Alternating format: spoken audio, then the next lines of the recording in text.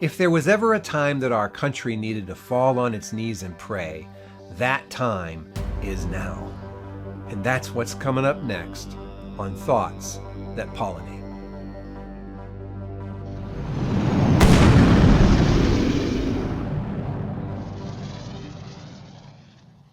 Today we're going to talk about the power of synergy in prayer.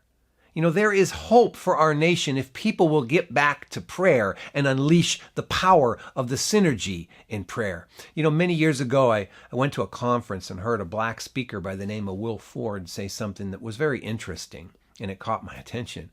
He taught that we can not only come into agreement with one another in prayer, but we can come into agreement with our forefathers as well. He went on to share a story about an iron kettle that had been passed down through his family line and now resides with him. In fact, everywhere he goes, he hauls this iron kettle around and he tells the story. See, his forefathers were the property of a ruthless slave owner who did not allow them to pray. If caught praying, they would be brutally disciplined. Well, Will's forefathers believed in prayer and would not let that deter them. So they would get up late at night after their slave owner had gone to bed and would go out to the barn, place the iron kettle upside down, and tip one side up a few inches with a rock. Then they would lay on their stomachs and pray into the iron kettle in order to muffle the sound of their prayers so that they would not be heard.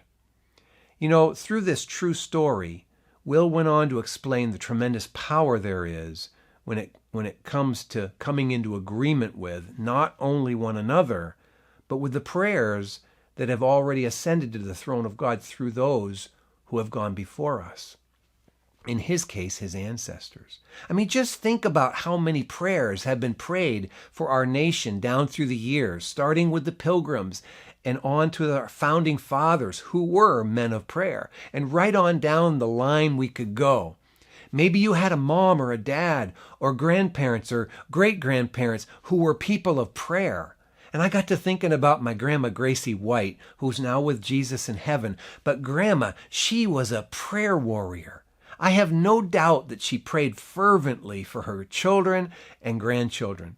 And I think about my mom as well, who spends hours a day praying for her family, her community, our country, and all the people that she knows. What Will Ford shared renewed my passion for prayer. For now I understand that I can not only come into agreement with my wife's prayers as we pray together or with people in our Thursday night prayer meeting at church, but we can come into agreement with all the prayers that have been prayed in our communities as well as those who have gone on before us in previous generations. In other words, I can come into agreement with my grandma's prayers and my mom's prayers for each of my family members, community, and nation. Will Ford continued to unfold this truth. He said that when we do this, come into agreement, not only with one another, but with the prayers that have gone before, it releases a synergistic power that multiplies the prayer effect.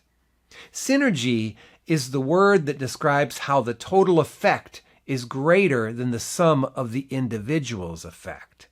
Listen to that now. Another way of looking at it is if one horse can pull 1,000 pounds, when you add the strength of another horse, because of the power of synergy, the end result is like there was a third invisible horse pulling with the other two. This makes it possible for 2 horses to pull 3,000 pounds and for 3 horses to pull 6,000 pounds. It's the power of agreement, the power of synergy.